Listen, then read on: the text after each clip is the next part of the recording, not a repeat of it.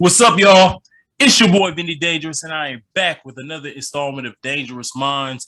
Today, I have a special guest with me today, one of the most creative brothers that I've ever had the chance to meet, chance to work with. You know, a good friend of mine and somebody like I really am a big fan of, just in I general. appreciate it. My boy Jaguar Perry. Yo, Good, man. what's good? Yo, How you man. doing, Yo, man? first of all, I want to say thank you for Yo, being on the I'm show, finally man. on, man. Nah, man, I've been wanting to get on for a minute, man. I am definitely a fan, like even before when it was just kind of like like the conversation style. You had like the little panels and shit, and you Oh, had word. you had the topics, and it was like every week you were kind of like talking about what was happening at the time. This shit was dope. Like, Yo, appreciate it, man. Yeah, like, and yeah, the show's come a long ways. I yeah, appreciate it's that, it's man. evolved, man. It's dope. It's dope. It's dope. Yo, and then speaking of evolve, like you were an artist that even like because we've worked together, but just Yeah, kind of like before been and on like after a that, label together and all that yeah. shit.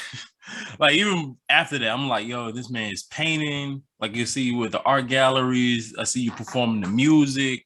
Like you even started doing production now. Like Yeah, yo, it's dope to see like how you've let your like many talents flourish and stuff right. like that. And I've always been a fan of everything that you've been putting your hands on. So it's dope, I man. appreciate it, man. Like, yeah, I try to just like just not limit myself. Like whatever I'm really interested in, and I see like a way for me to express myself through it. I be wanting to touch everything. So Yo, dope, man. And like yeah, I first of all, I wanted to ask you, first of all, I want to ask you, how are you doing? Like there's something I try to ask like everybody, after coming out of COVID, after coming out of yeah. lockdown and things like that. Like how are you doing? How did that affect you, I with your mean, creative process and things like that? like I don't work well in like kind of like stagnant situations. So like Mm. I didn't really create the whole pandemic really. Like I kind of just was in more of a depressed state. Just in the crib, with the fam, and just trying to like make it through. Like at first it was I felt like it wasn't gonna be like a thing. Like my first solo show was supposed to be at Duke Oh, wow. summer of 2020. Um and so even when that shit first started, like around February, March or whatever, I'm thinking like, oh, it's gonna blow over, it's not gonna be that serious. And then it came down to the summer, and when they finally hit me up and was like, I mean, I already knew, but when they finally hit me up and was like, yeah, nah, your show's canceled pretty much. You can reapply next year, which actually still hasn't even been available in 2021 yet. So Damn, yeah, sorry to so hear that, man. yeah, I mean, it is what it is. You gotta kind of like keep it moving, and that's pretty much where I'm at now. Like I'm just kind of starting to hit that stride again where I feel like I was at prior to, but it's definitely been quicksand, like trying to stay up Yo, your head and above the shit, like I feel you. There was a whole bunch of stuff. Like literally, I was like, all right, we getting the ball rolling again because I was out of commission before yeah. COVID, like for a while. Like I was still doing stuff here and there, but for Hmm. the most, like to be on the grind, like before, Now, like what kind of had you slowing down? Just life in general, like I oh know, yeah, like like with your brother passing and, mm-hmm. and and stuff like that. Like, Yeah, with was my that brother was that what it was? passing, I had the DWI shit that I had to handle. Uh, and just being in that, like I had to get my mind right after Right, dealing because both right. of those things happened like around the same time. So it was like it was taking A a lot toll to on me mentally. process. Yeah. Yeah, So it was yeah. like I was putting out music, doing shows here and there, but I just wasn't focused. Like it Right, just so I was just getting like my legs underneath me again, and then right. lockdown happened. Like I had Yeah, man. shows, I had my first Yo. show in Atlanta planned that was ready to happen like maybe the month after lockdown had, Mm-hmm. was supposed to happen. And then just all Right, because it was only supposed to be like what, like a month at like a first, right? month. And then it was 2 months. And then it was 3 months. And then you realize, like, yo, I'm not gonna get this year, am I? Like, you know? Yo, once the summer show started to get canceled, I was like, oh yeah, no, we in here for real. We're done. Like, I was like, no matter what they say, it's like, yeah, it's when no matter what Trump is on TV wilding, like, yo, it's gonna go away. Now I already knew. Like, me sit my ass down for a second. Yeah, man. Like summertime was definitely when the realization hit me, and I was like, yeah, this shit is fucked up, man. Like, you know, you can't keep lying to yourself, like, oh, it's gonna be all right. It's gonna be all right. You gotta accept it at some point, and that shit was definitely hard. Oh man. Well, yeah, like, and you're actually the first person that I spoke to on it. Like, I've asked this question a few times since I've started doing the interviews with the show. You're the first person I said, and that's actually the first 3 months I couldn't create nothing. Right. Because it was just like, you create off of experiences. You create off of going out and like having good times and interacting with people and traveling. Exactly. And it was just like, man, and then you also create with the expectation to share.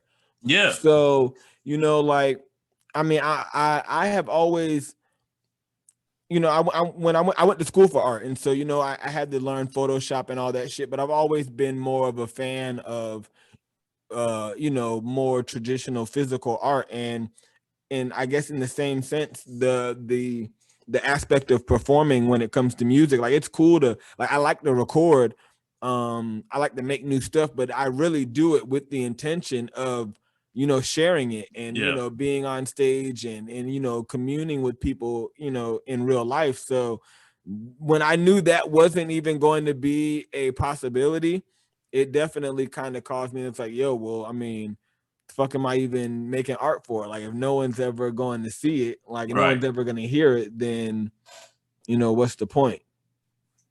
No, I feel that. Like, I think the depression, I found other inspiration. Because it was just depressing. Like, you don't know, like, I got a family with, you know, underlying health conditions, and I'm thinking this might be what's going to tip the scale. Thank God that, you know, they're okay. They actually made it, you know, through this.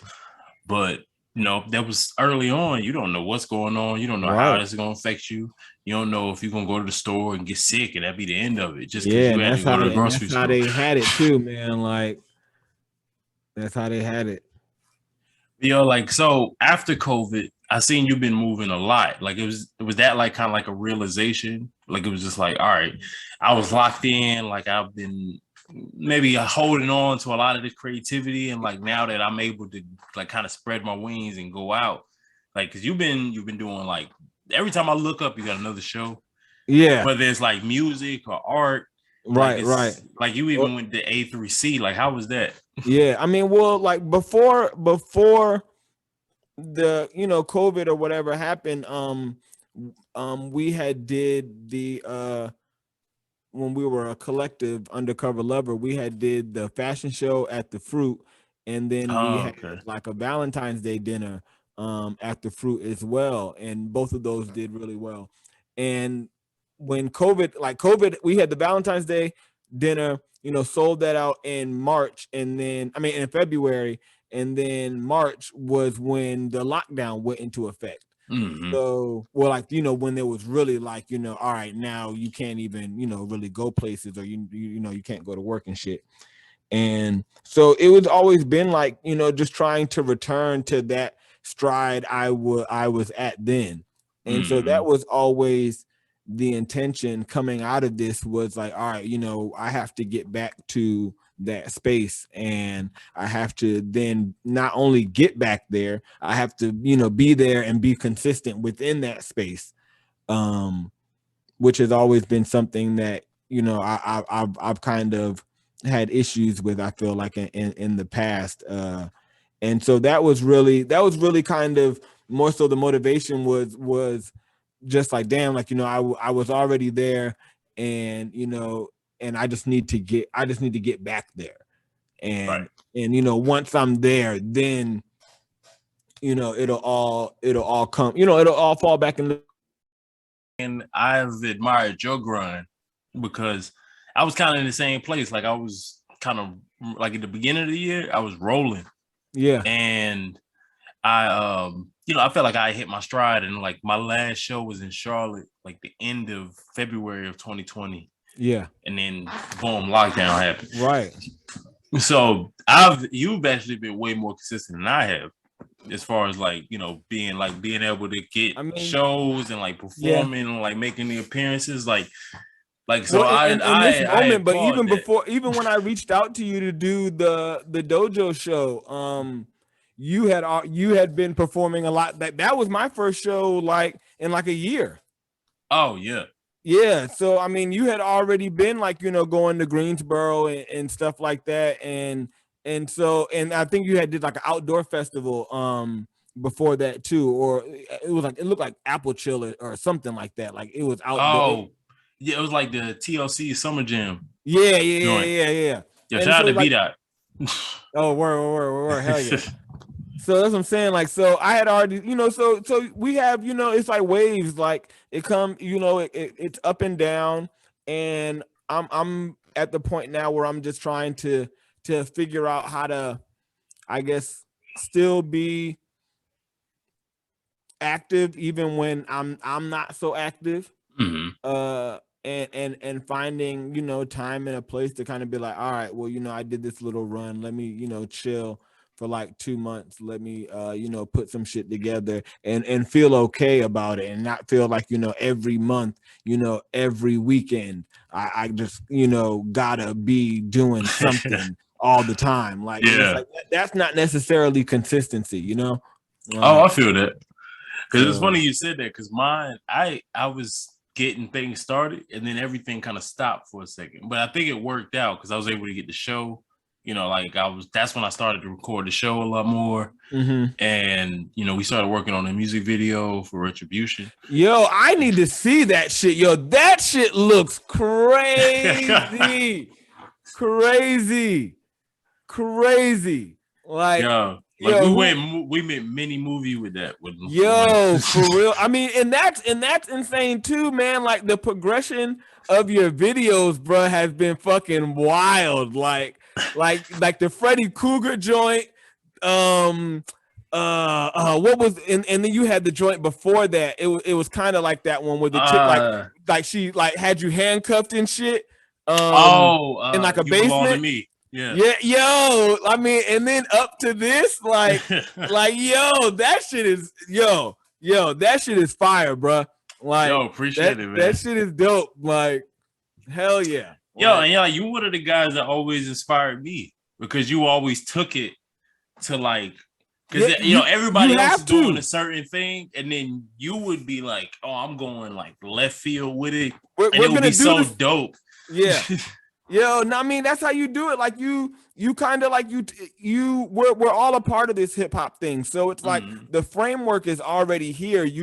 I mean, when you're within the space, there's only so much you can do. You can DJ, you can produce, you can, thanks to even like you think Tupac, like you can even bring in acting into it now, because a lot of rappers are acting, but it's still like, it's still hip hop. So you have to, at a certain point be like, all right, so this is the thing I do, but here's me in it.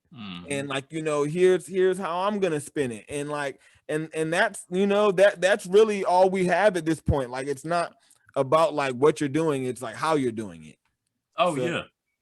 So yeah, man, it's dope how hip hop is branched out and just touched so many different mediums like that. Oh, absolutely. Like, you might be the first. Correct me if I'm wrong, but like you go get to the point where like you would be like the first rapper painter that I know, like that, like consistent with both, like the talent level is on. I don't know. I mean, I know painting. The thing is, like a lot of people, rap, like, as far as, freestyling, like, well, even poetry and stuff like that. So I'm sure there are other painters out there who might kind of brand themselves more as painters who still rap. It just so happens that, I brand myself and kind of carry myself like a rapper, but I paint and I do, graphic design, and that's like a big part of my brand is, is the art.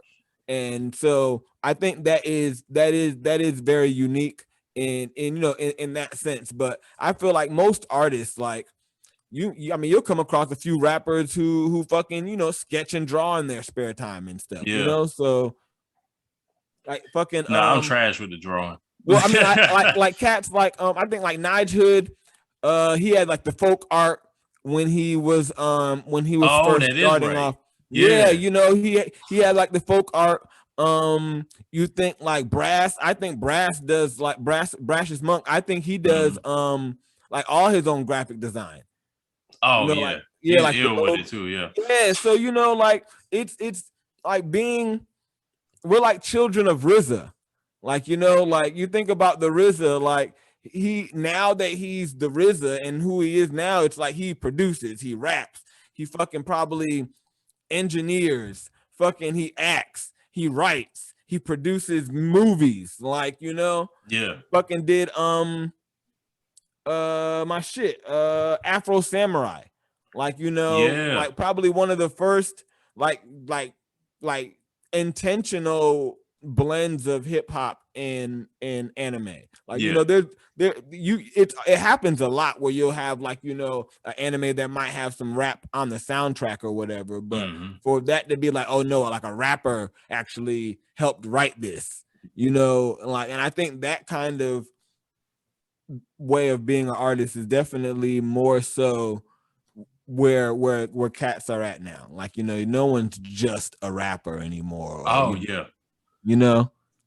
shoot, you got to be like a businessman. You got to be like a model. You got to be able to, be a sponsor. It's like it's a lot of different things that you have to do to be in this space. You got to be an athlete if you perform at a certain level. Oh yeah. You got to do an hour bouncing around the stage and for an hour straight at a festival or something like that. Consistently. There's no real breaks. It's just a couple times you talk to your crowd, and then after that you go into the next song.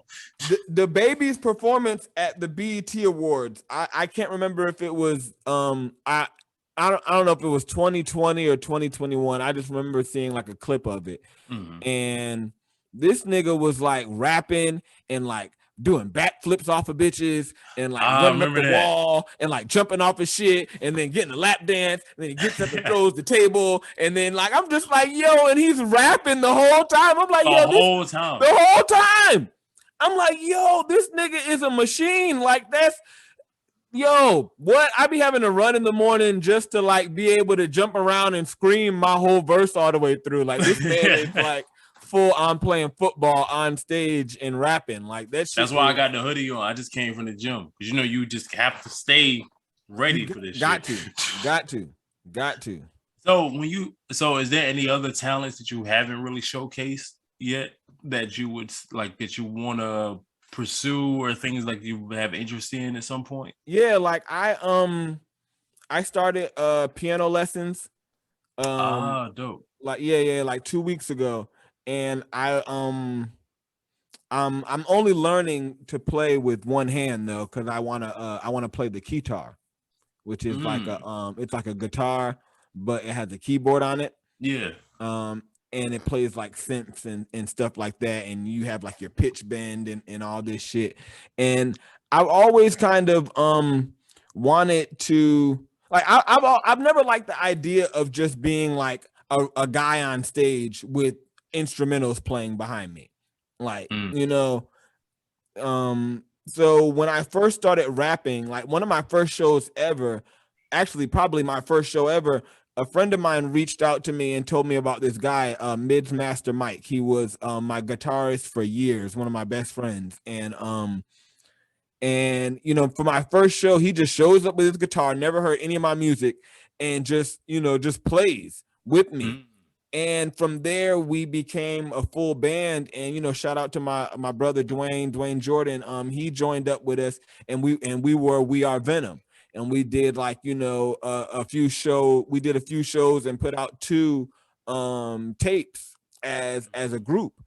And so I've always liked the feel of like punk and kind of like rock bands and stuff where you have like a collective.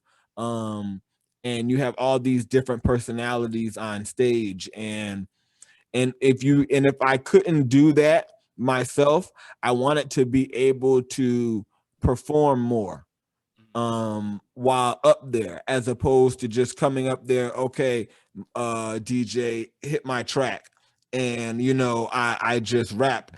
And I mean, at least be rapping without, like, lyrics behind you. Nowadays niggas go up there, and that's what I'm like. So you're like, that being aside, so I've always wanted to then maybe have like some of my film projecting behind me, like while I'm performing, like, and really kind of, if it comes down to me just having to be on stage, make it more.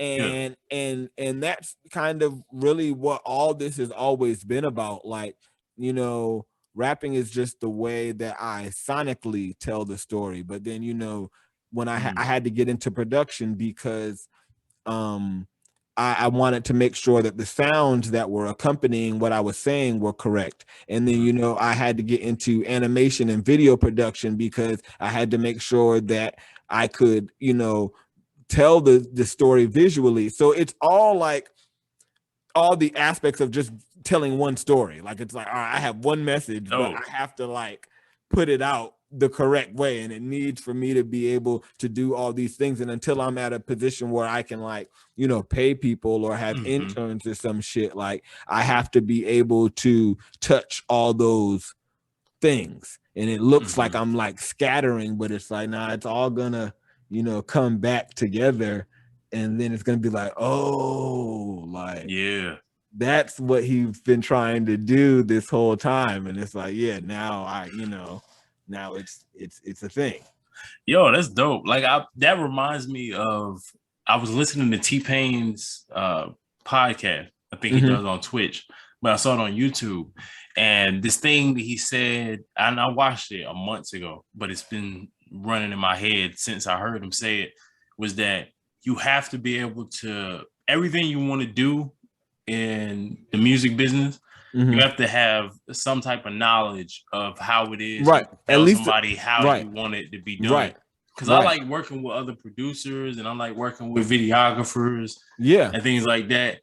But like sometimes, and I feel like that's why this video is better than my last videos, just because I was able to properly communicate, this is how I want it to be done. This is what needs to be done.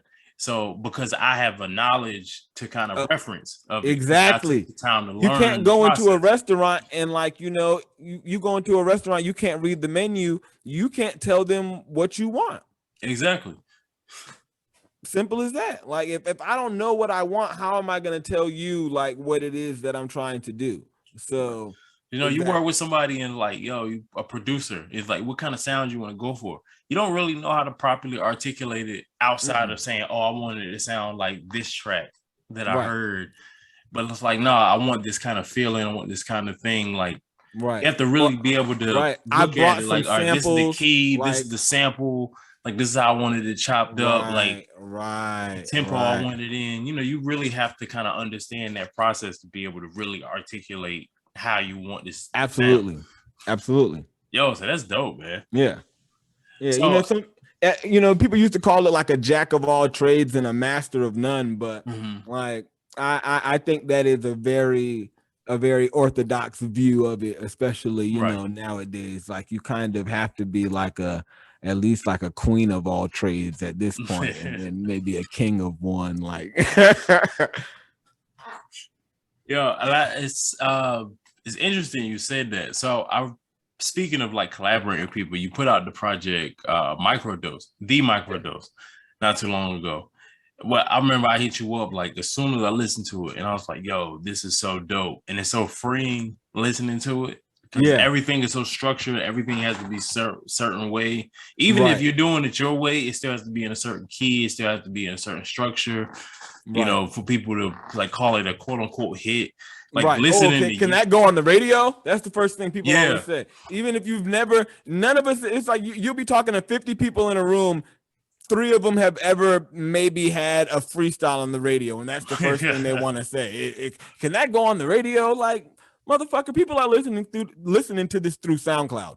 They like listen to Spotify. it on Spotify. They listen to it through YouTube.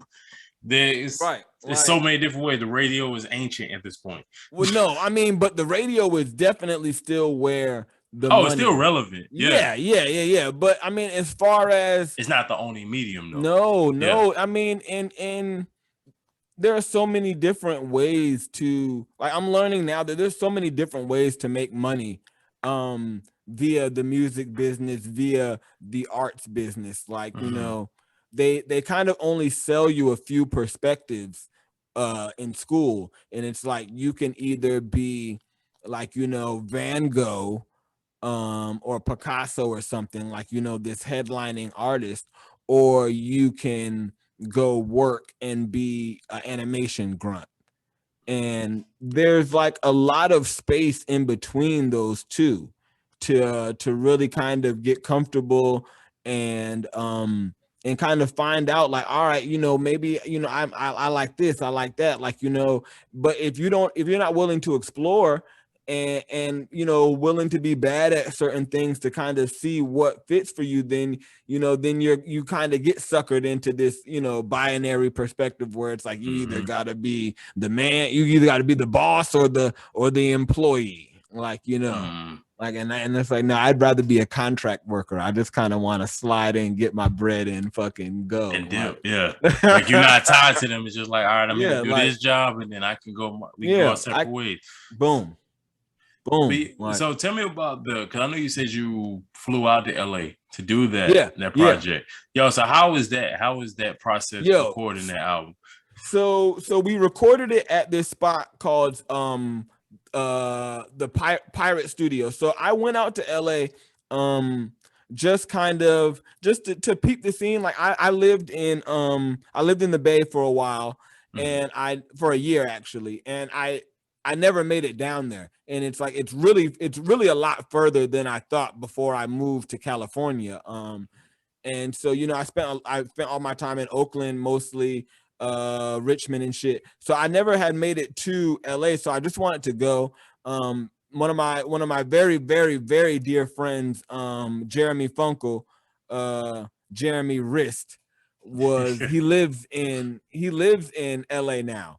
And so, you know, I hit him up. I'm like, yo, you know, I'm coming to LA, da da da da da. We used to be a part of a art collective called the Purple Flame Dojo.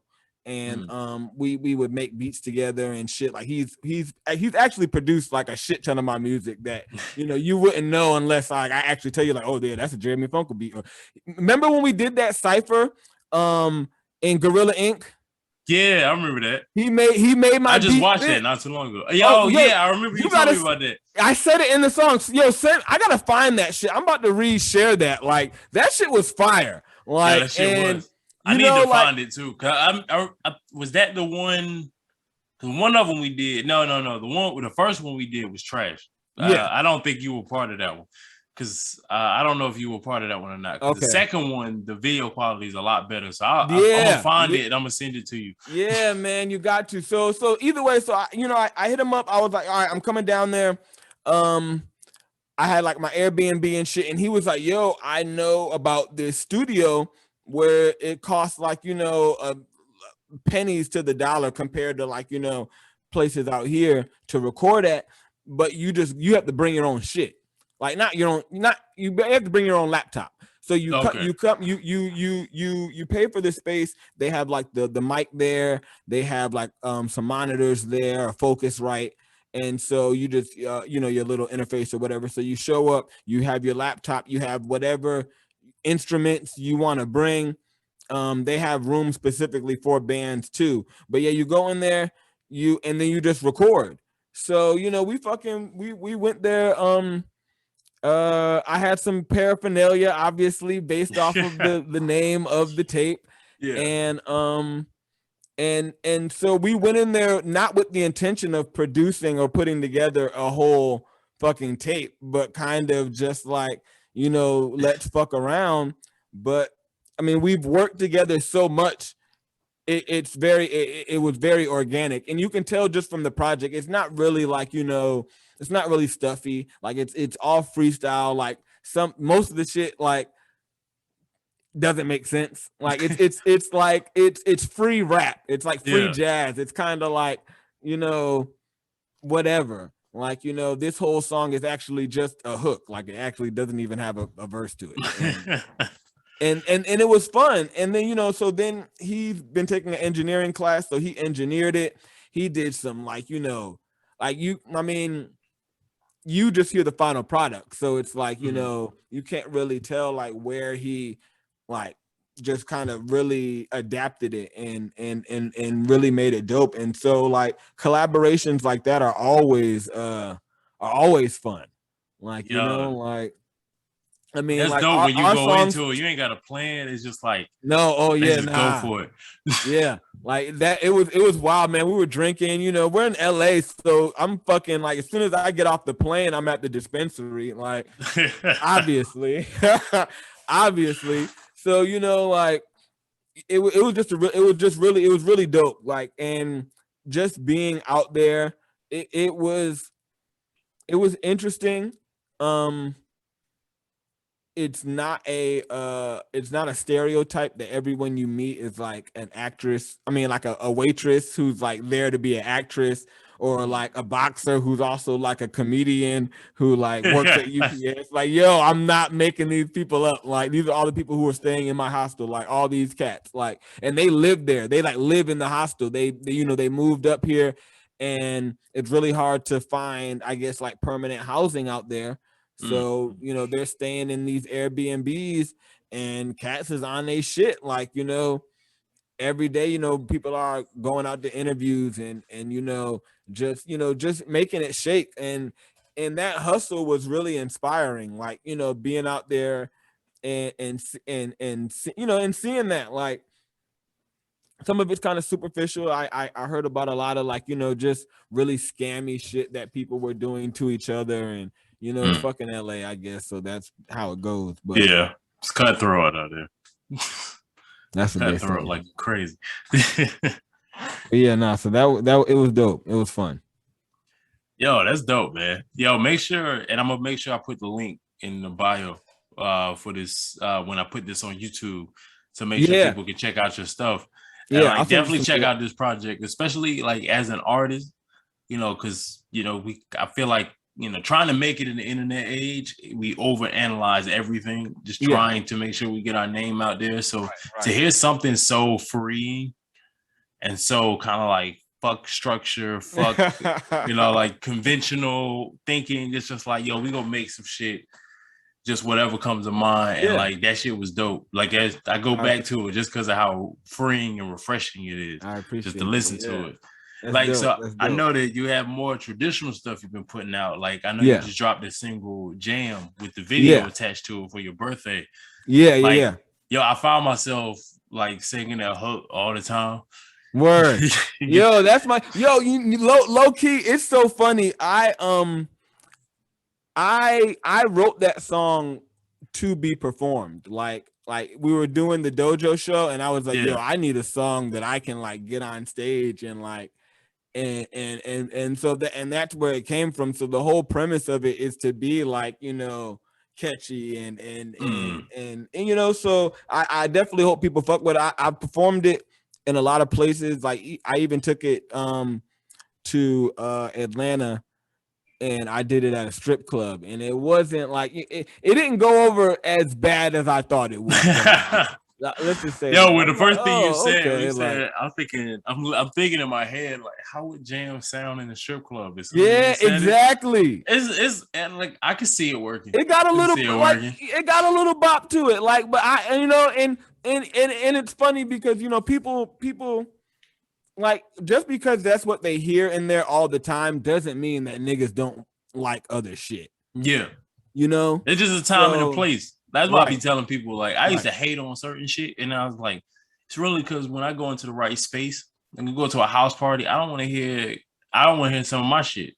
When you go to a house party, it's like, I just wanted something to dumb out to when we can like dance or chill or whatever it is. Exactly. But it's like other shit's like, yo, I want to actually hear some lyrics and rhymes, and I'm gonna put on what that is. So it's time and a place for everything. Absolutely. And it's like, especially considering like, what you listen to most of the time, is probably not what you're going to, well, at least in our case, it's not what we're hearing in the club anyway. So, you know, sometimes it's cool to be, you know, open to like, all right, you know, let me check this shit out. Like, you know, let me be open, you know, to hearing some shit I don't normally would listen to. So that kind of brings me to my next question, because I was going to ask, because I've asked this a few times. So what would you think would be like your biggest pet peeve? Because you are like an artist that is really open-minded, you know, so, you know, you don't really like close yourself off to, you know, everything that isn't like your immediate, you know, fix. Right. But what would you say would be like your pet peeve as far as like artists, or, you know, in hip hop or just music in general? Well, all right, as far as rap,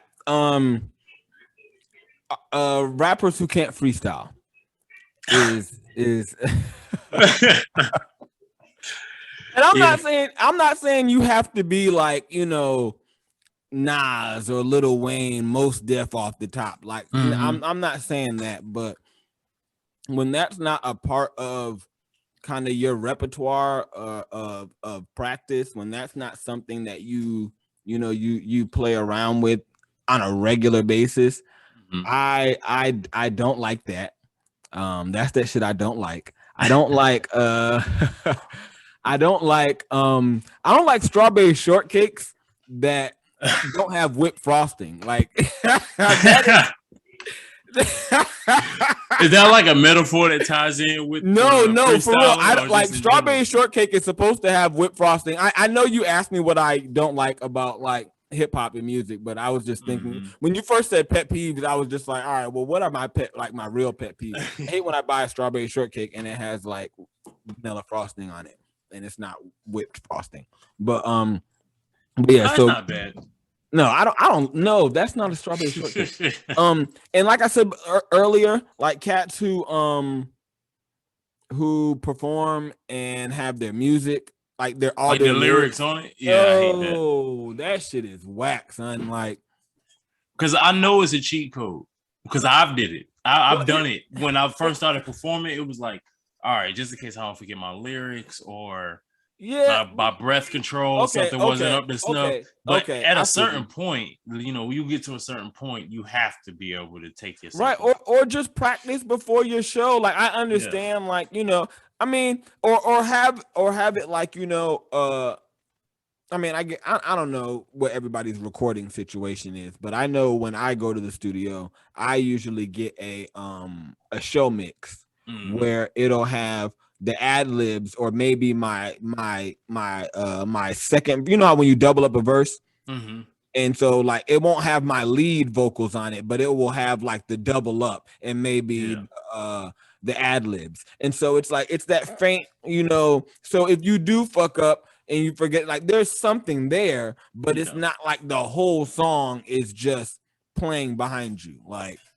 especially because, you know, performing, you know, you get into it. So you might be off from where you would have originally been recording it. Right. So it just sounds what if I want to, you know, what if the room's kind of like, you know, quiet and there's you know, some old heads in there and maybe I want to kick my flow like differently. Like, you know, like maybe, you know, it leaves you no space to adapt, like, you know, and you know, that's not, you know, I don't know, man. Like it's as much of the performance as it is like a living, breathing thing. Like, you know, it can't just be like, all right, everybody being this square and that square by this time, and then you do that, and then you do this. It's like, you know, you're having a conversation. It's happening. So, like, it's really the equivalent of lip syncing when somebody's singing. Yeah, like it's just like.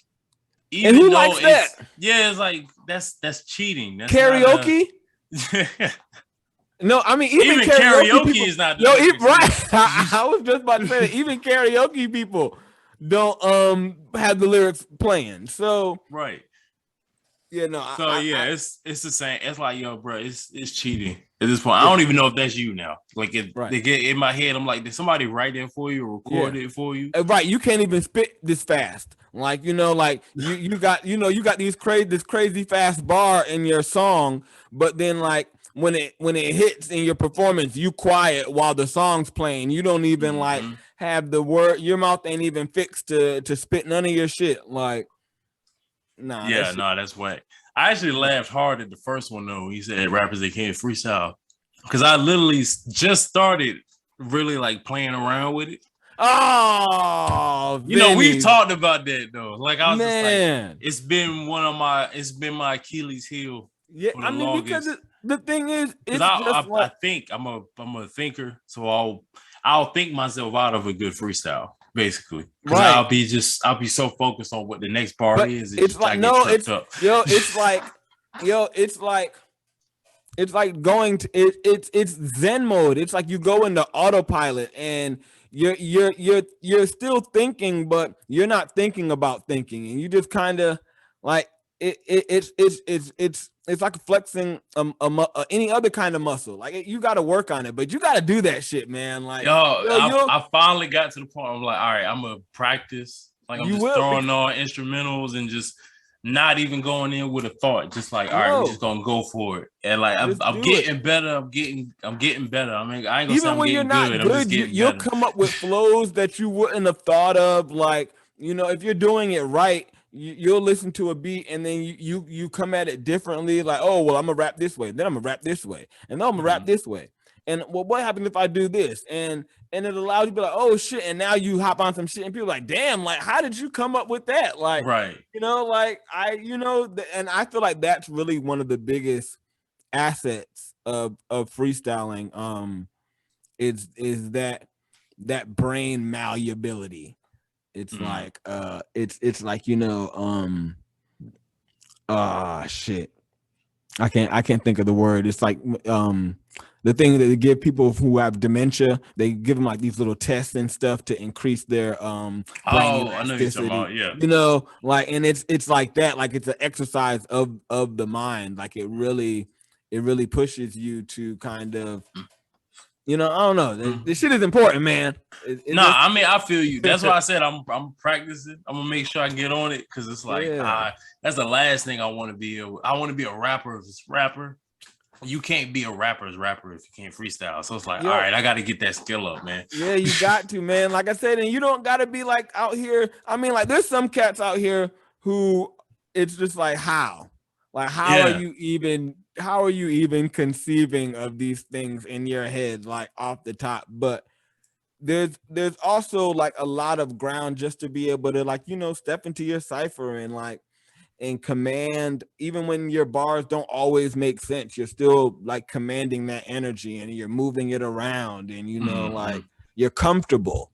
That's really the key of it, like, because that's where swag comes, that's where style comes when you're comfortable doing something, even if you're not like, there's some rappers who I really enjoy who aren't the best lyrically, fucking West Side Gun, like fucking Fly God. I fuck with his shit, but he like, I don't think he's the best in Griselda. I think he's better. I mean, he's entertaining, yeah. But I find myself listening to a lot of his shit more than I listen to even Benny's shit. So, like, or even Stove God Cooks, like, I mean, but he's just nasty. So he's ridiculous. Yeah, like, I mean, he's in a class of his own. But as far as like, West Side, like I like his charisma. I like his like presence. I like how comfortable he is in his flow. And I think that there's something to really be said about that comfort. And I think freestyling is a way to bring about that, that comfortability. Yeah, that works. I was in my head like, I know what you're trying to say. Comfortability. I can't put the words together. That sounds as close as I was. Yeah. We'll go with that. We'll go with that. But yeah, I think freestyling really helps you achieve that. So Yo, dope. All right. Well, I'm gonna get up on that, man. But yo, I appreciate you coming on the show. I make sure that I'm gonna make sure that everybody like follows the YouTube channel as well. I'm gonna also have that in the bio. So I know you really wanted to get that off. And this is coming out through you said who TV? Revolt TV? Not Revolt. Link It TV. Link It. Okay. Yeah, Link It TV. It'll be on Link It TV on Saturday at 7:30. Okay. Replay on Monday, and then after that it'll be on the YouTube channel. I appreciate you joining the show. Oh yeah, most making sure that I put the links to everything in the bio. Make sure y'all subscribe to the YouTube channel. Yeah. Check one me out. last question. So anybody that comes across your music for the first time, like whether it's on YouTube, whether it's on Spotify, or wherever your music is, like what would be the one thing, like a first time listener, like what would be the one thing you would want them to take away from your music? Oh man, something to take away from it is that there's a lot of truth in a joke. Yeah, that's real.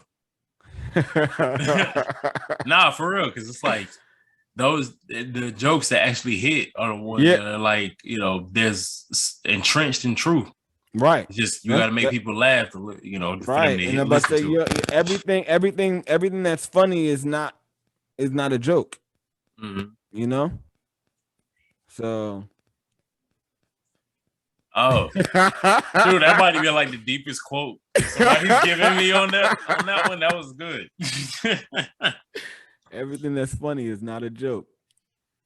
Yo, man, that one's gonna stick with me. That one's gonna stick with me for a minute. But yo, man, I appreciate it once again for being on the show, man. I'm glad we finally was able to get you on the episode. Yeah, man. Yo, I'm excited, man. I'm excited. I was definitely looking forward to doing this shit. So I appreciate you having me on, man. Yo, shouts out to Vinny Dangerous. Shouts out to Dangerous Minds. Yo, keep it dangerous. Oh shit, you might do my intro. My outro for me. Keep it dangerous. Well, hey, you have it. Much love. All right, out. You too. Trust me, I'ma be ready when they come for me. Dying soon, black man, so he might be dying soon. Won't supposed to make it past 22. Now he 28, that's 6 years overdue. Just let you know I'ma be on guard. Whether no hood or a superstar, it really don't matter where we are. It just matters in the cars. The devil's working hard, so pray for me.